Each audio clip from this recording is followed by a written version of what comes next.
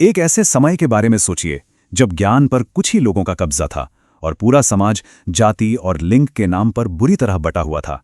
आज हम एक ऐसे शख्स की कहानी पर बात करेंगे जिसने इन जंजीरों को तोड़ने के लिए शिक्षा को ही अपना सबसे बड़ा हथियार बना लिया।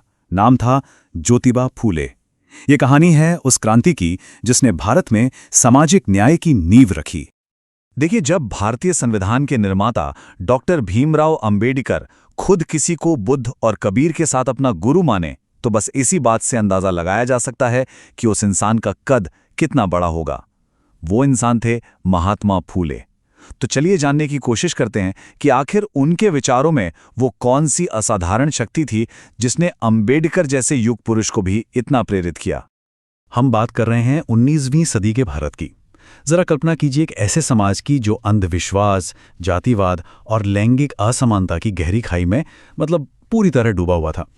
पर इसी मुश्किल माहौल में एक क्रांति का बीज धीरे धीरे पनप रहा था और उसका नाम था ज्योतिबा फूले। तो ज्योतिराव गोविंदराव फूले का जन्म पुणे के एक साधारण माली परिवार में हुआ था। बचपन कह सकते हैं कि बिल्कुल भी आसान नहीं था। जन्म के सिर्फ कुछ ही महीनों बाद मां का साया सिर से उठ गया और परिवार की आर्थिक हालत कुछ ऐसी थी कि उन्हें किताबों की जगह खेतों में काम करना पड़ा। बहुत कम उम्र में ही पढ़ाई छोड़नी पड़ गई। लेकिन देखिए, स्कूल छूट गया पर सीखने की जो ललक थी ना, वो खत्म नहीं हुई। ज्योतिबा घर पर ही पढ़ते रहे। जो भी किताब हाथ लगती उसे पढ़ डालते थे और लोगों से बहस करते। उनकी जबरदस्त प्रतिभा को उनके पड़ोसियों ने पहचाना और उन्होंने ही उनके पिता को मनाया कि भाई, इस लड़के की जगह खेतों में नहीं स्कूल में है। कहते हैं ना कि एक छोटी सी चिंगारी भी बहुत बड़ी आग लगा सकती है। ज्योतिबा फूले की जिंदगी में भी एक ऐसी ही घटना हुई। एक ऐसा पल, एक ऐसा अपमान जिसने उनके अंदर विद्रोह की ज्वाला जला दी और उन्हें हमेशा के लिए एक क्रांतिकारी बना दिया। ये घटना कुछ वैसी ही थी जैसा गांधी जी के साथ दक्षिण अफ्रीका में हुआ था। साल था 1848। अपने एक ब्राह्मण दोस्त की शादी में वो गए थे, लेकिन वहां पर सिर्फ उनकी जाति की वजह से दूल्हे के रिश्तेदारों ने उन्हें सबके सामने बेइज्जत किया और बारात से बाहर निकाल दिया। ये अपमान, इसकी चोट बहुत गहरी थी। इसने उनके अंदर गुस्से और संकल्प की एक ऐसी आग जलाई जिसने उन्हें हमेशा के लिए बदल कर रख दिया। उसी दिन उन्होंने प्रण लिया कि वो इस अन्याय से भरी जाति व्यवस्था को जड़ से खत्म करने के लिए अपनी पूरी जिंदगी लगा देंगे। फुले ये बात बहुत अच्छे से समझते थे कि समाज की जो बुराइयां हैं उनकी जड़ें लोगों की सोच में होती हैं। तो अगर समाज को बदलना है तो पहले लोगों की सोच को बदलना होगा। और इसके लिए उन्होंने जो सबसे शक्तिशाली हथियार चुना वो था शिक्षा। ये उनके जीवन की पहली और सबसे जरूरी लड़ाई थी। और ये साल था 1848। जी हाँ, वही साल जब उन्हें अपमानित किया गया था। उन्होंने दुख मनाने में या गुस्सा करने में अपना वक्त बर्बाद नहीं किया, बल्कि उसी साल अपना पहला क्रांतिकारी कदम उठा लिया। ये बात साबित करती है कि फूले सिर्फ सोचने वाले नहीं थे, वो एक कर्मयोगी थे। उनका ये कदम कितना बड़ा था इसका अंदाजा बस इसी बात से लगा लीजिए। उस दौर में जहां लड़कियों को घर से बाहर कदम रखने तक की इजाजत नहीं थी, फूले ने उनके लिए भारत का पहला स्कूल खोल दिया। ये उस समय की रूढ़िवादी सामाजिक व्यवस्था पर एक सीधा और बहुत साहसी हमला था। लेकिन एक सवाल था, स्कूल तो खुल गया पर पढ़ाएगा कौन? उस समय तो कोई महिला टीचर थी ही नहीं। तो ज्योतिबा ने एक और क्रांतिकारी काम किया। उन्होंने पहले अपनी पत्नी सावित्रीबाई को खुद पढ़ाया और इस तरह सावित्रीबाई फूले बनी भारत की पहली महिला शिक्षिका। ये उनके साझा मिशन का एक बेहतरीन उदाहरण है। लेकिन समाज इस क्रांति के लिए बिल्कुल तैयार नहीं था। फूले दंपति पर कीचड़ फेंका गया, पत्थर फेंके गए, गालियां दी गईं। इतना ही नहीं, सामाजिक दबाव में आकर उनके अपने पिता ने उन्हें घर से निकाल दिया। पर कोई भी धमकी या हमला उनके इरादों को डिगा नहीं सका। वो डटे रहे। फूले ये बात जानते थे कि सिर्फ अकेले कोशिश करने से काम नहीं चलेगा। इस लड़ाई को एक संगठित आंदोलन का रूप देना बहुत जरूरी था और इसीलिए उन्होंने एक ऐसी संस्था की नींव रखी जो उनके विचारों को घर घर जन जन तक पहुंचा सके।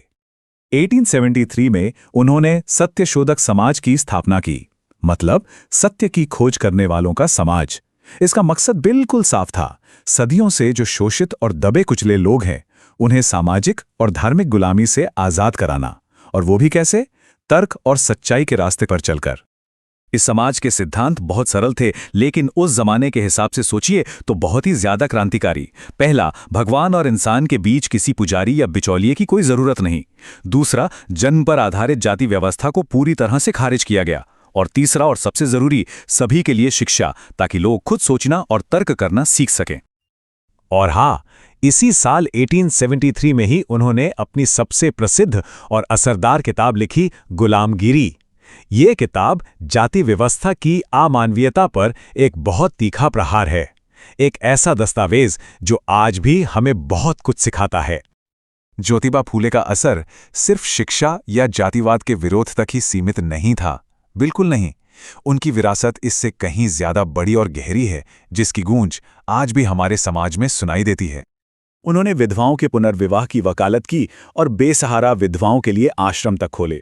वो किसानों और मजदूरों के अधिकारों के लिए लड़े और एक इतना ऐतिहासिक कदम उठाया कि उन्होंने अपने घर का पानी का कुआं उन लोगों के लिए खोल दिया जिन्हें समाज अछूत मानकर पानी तक से दूर रखता था। उनके इन्हीं महान कामों की वजह से 1888 में जनता ने उन्हें महात्मा की उपाधि दी थी। फूले के विचारों की जो मशाल थी वो एक हाथ से दूसरे हाथ में पहुंचती गई। उनके काम को कोल्हापुर के शाहू महाराज ने आगे बढ़ाया। फिर डॉक्टर अंबेडकर ने इन विचारों को एक राष्ट्रीय मंच दिया और आखिर में यही विचार हमारे संविधान के सामाजिक न्याय के सिद्धांतों का आधार बने। ये फूले की शक्तिशाली वैचारिक विरासत का सबसे बड़ा प्रमाण है। और आखिर में एक सवाल सोचना जरूरी है। जिन सामाजिक बुराइयों के खिलाफ महात्मा फूले ने अपनी पूरी जिंदगी लड़ाई लड़ी, क्या वे आज हमारे समाज से पूरी तरह खत्म हो चुकी हैं?